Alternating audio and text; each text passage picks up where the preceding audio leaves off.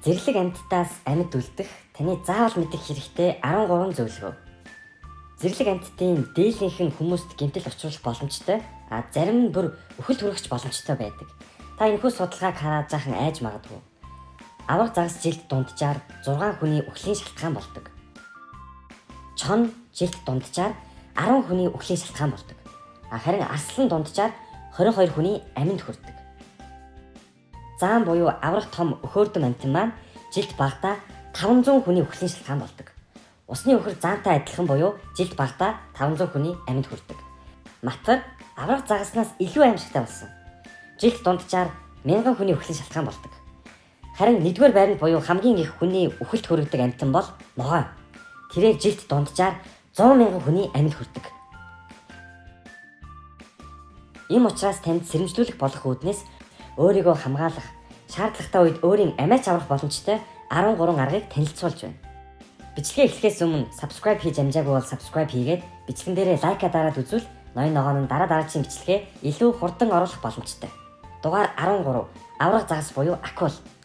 Сайн мэдээр гэвэл дэлхий дээр амьдардаг 150 төрлийн акулын ердөө 20 л хүн рүү дайрдаг. Үлдсэн 130 төрөл нь таныг хараад хоол гэж огт ойлгодоггүй. Харин муу мэдээ гэвэл таныг акул хоол гэж ойлгоод дайрах үед маш хэцүү. Акулын анхаарлыг татахгүй тулд та цус болон шээсийг далаад оруулахаас сэргийлэх хэрэгтэй. Учир нь тэр усанд байгаа цусны үнэрийг хэдэн километрийн цаанаас ч үнэрлээд таныг олоод очих боломжтой. Ямар нэгэн байдлаар та сэлж байгаад акултаа тааруул нуруугаа харуулan сандран шууд зүгтэх огт хэрэггүй. Хэрвээ зүгтвол та түүнд яг л сул дорой өдрийн хоол шиг л харагдана.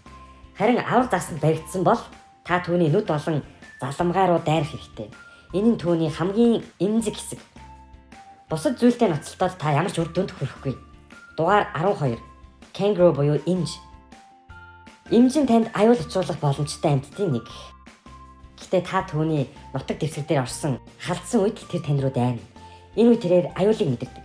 Түүнтэй муутахаас зайлсхийхийн тулд та дараах зүйлсийг дагаарай. Ханиах хэрэгтэй. Гэхдээ ханиахдаа богино болоод намуухан. Эмж нь ханиахыг өвчний шинж тэмдэг гэж үзээд тань руу халдахгүй байх боломжтой. Үүний дараа баг багаар ухрах хэрэгтэй. Ингэснээр та түүнд жижиг болж харагдаад аюул багтаа мэт санагдана. Харин эргэж хараад шууд гүйж болохгүй. Энэ нь амьтдад та сул доороо санагдах ба таныг хөөж эхэлнэ. Kangaroo нь маш өндөр хол өсөрдөг учраас таныг маш хурдан бариад авна. Дугаар 11. Арслан. Хэрвээ та арслантаа тааруул эргэж хараад гүйж огтхон ч болохгүй. Харин түүнээс харцаа бүү салга. Цоо ширт. Харцаа салах үед магцсан аратан амьтад үүнийг боломж гэж үзээд шууд тань руу дайрах болно. Илүү том харагдахыг хичээ. Том сэтгэл төрүүлэхийн тулд өнссөн хувцас бариад гараа дээш өргөх хэрэгтэй. Хэрвээ та том харагдаж түүнийг айлгаж чадвал тэр танаас холдохыг хүснэ. Мөн та маш чанга өөртөө ихтэй бүдүүн дуу хоолоогоор ярангаа давхар гар хөлөө хөдлөх хэрэгтэй. Ингэснээр та махчин амьтдыг эргэлзүүлж тэд таныг хүчрэх амьтан гэж танаас эмээх болно. Дугаар 10. Заан. Заан бол маш ухаалаг, мөн нилээд нөхөрсөг амьтад. Гэхдээ тэд хүмүүс рүү дайрдаг гэдгээрээ алдартай. Ялангуяа та түүний хүүхдүүдэд аюул учруулах магадaltaй санагдсан үед ээж заан шууд тань руу дайрна. Хэрвээ та заантаа тааруул түүний биеийн хилэнцийг анзаарах хэрэгтэй. Зааны биеийн далиж чихэн хоошоогоо татагдсан бол тэр тань руу дайрах гэж байна гэсэн үг. Хэрвээ заан тань руу дөхвөл та гүйх хэрэггүй. Заан та хоёрын дунд цаад болох тийм зүйлийн ард орох хэрэгтэй. Энэ нь том чулуу эсвэл том мод байж болно. Дугаар 9 буюу хэрс. Хэрс нь хараа муутай амьтан болохоор та түүнийг айлгахад амар. Айж аюул мэдэрсэн үедээ тэр тань руу дайрна. Тэрээр 60 км цаг хурдлах боломжтой бөгөөд энэ нь тань руу дайрсан тохиолдолд түүнээс зүгтахад маш хэцүү, бараг л боломжгүй гэдгийг харуулж байна. Зүгтахад хэцүүч боломжгүй бол биш. Хэрсээс зүгтах ганц арга бол том зүйлийн ард нуугдах. Жишээ нь том мод эсвэл чулуу байж болно. Энэ нь хэрсэд маш хэцүү байдлыг үүсгэдэг. Энэ үед тэр таныг хөөхөө болно. Дугаар 8 буюу усны өхөр.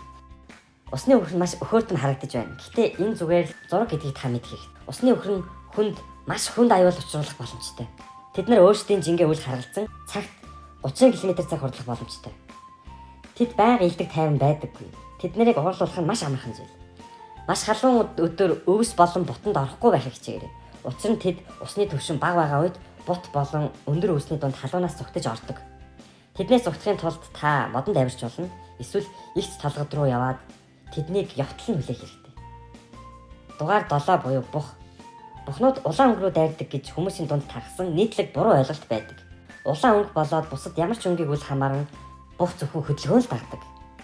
Хэрвээ бух тань руу дайрвал зүхтах биш, байрандаа зогсоод малгай эсвэл ямар нэгэн хувцас гарандаа бариад биеэсээ холдуулж хөдөлгөөд өгөөж олох хэрэгтэй. Хэрвээ бух тань руу дайраад нэлээд ойртоод ирвэл та гарт байгаа зүйлээ өөрөөсөө аль болох хол шидэх хэрэгтэй. Энэ үед бух чиглэлээ өөрчилж таны шидсэн өгөөшийг дагах болно. Дугаар 6. Jellyfish буюу далайн залхаг. Энэхүү амьтан таныг төлөвлөл үргэлжилсэн цочмог хөдөлтийг танд удаан хугацаагаар өгөх болно. Зарим хүмүүс гинтсэн газраа шээвэл таны хөдөлтийг намдаа гэж итгэдэг. Гэтэ энэ нь тийм ч үр дүнтэй арга биш. Харин та тухайн хэсгээ давстаа усаар хурдхан шиг зайлах хэрэгтэй.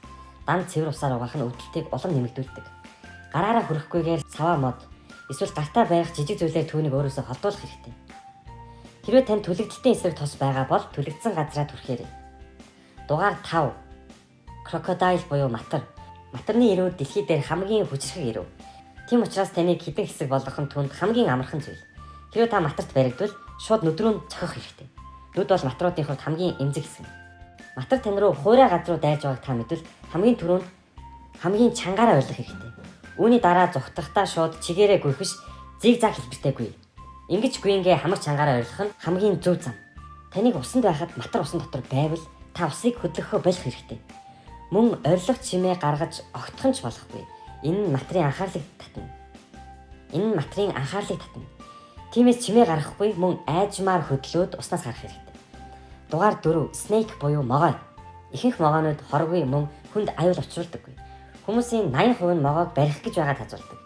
Хэрвээ могоо таныг дагаж байгааг та анзаарвал хөлөө дэвс. Дөрвөл чичиргээ нь могоог айлгаж танд зүхтах боломжийг олгоно. Хэрвээ таны ойр дотны хүн могоод хазуулсан бол кинонд гардаг шиг могоон хорийг сорж огтолж болохгүй. Хазуулсан газраа хэсэг ус хоожуулаад дараа нь боогоод түргэн тусламж дуудах хэрэгтэй. Дугаар 3. Bear буюу баавгай. Баавгай хүн рүү дайрах нь ховор байдаг. Хэрвээ та буруу газраа буруу цагтаа байж таарсан бол тань руу дайрах боломжтой. Заавал ч хүн мэдэх хэрэгтэй хідэн дүрэн бий.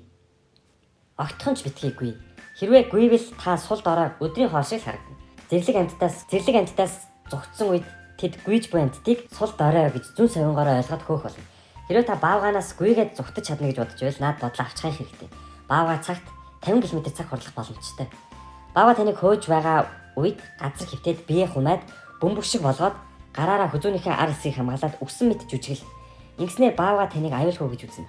Магадгүй тань руу ойртоод танд хурж үзэж магадгүй. Энэ үед та сандрах хэрэггүй. Үргэлжлүүлээд орхих хүртэл нь өссөн мэт жүжиглэх хэрэгтэй. Дугаар 2. Гориллыг тодорхой шалтгаангүйгээр шинэнгийн хаан гэдэг. Тэд өөрсдийн газар нутаг болон гэр бүл хамгаалдаг манлайлагч юм. Хэрвээ та илүү үйлдэл хийж тэднийг болон гэр бүлийг нүдэхгүй бол тэд дайрахгүй. Тань руу ойртсон үед суугаад жижиг болж харагдах хэрэгтэй. Мөн хац тусгаас зайлсхий. Тань руу дайрах эсвэл ойртох үед бөмбөгөн хэлбэртэй бол. Горилл зүгээр байгаа сул дорой амьтад руу дайрдаггүй. Дугаар 1. Би буюу зөгий. Зөгийнүүд өөрийн хамгаалдаг учраас та хажуугаар нь явсан ч тэднийг хазах боломжтой. Зөгийнүүд өөрийн хамгаалдаг учраас та өөрнийх нь хажуугаар явсан ч тэд таныг хазах боломжтой. Хар бараан өнгө зөгийнүүдийн анхаарлыг татдаг. Тиймээс хар хувцас өмсөх нь зөгий болон шавжнуудын анхаарлыг татаж та аюул дүртэх магадлал илүү ихснэ гэсэн үг. Зөгий тань руу дайрсан үед харанхуй газар нуугдах хэрэгтэй. Гэрэл баг үед зөгий таныг орхих боломжтой. Танд аюултай матар, өлсгөлэн арслан, аимшигтай хийснээс зүгтах шаардлага гарахгүй байгаасаа гэж хүсэж байна. Гэхдээ та өөрийгөө зэрлэг амьтдаас хамгаалах аргуудаас суралцлаа. Хэрвээ бичлэг таалагдсан бол яг одоо subscribe дарж дэмжээрэй. Мөн лайка даахаа битгий мартаарай. Мартахгүй тулд яг одоо дарж болж гин. Бичсэн комент бүрийг унших учраас сэтгэгдэл хэсэгт ногоон өнгийн эможи үлдээгээрэй.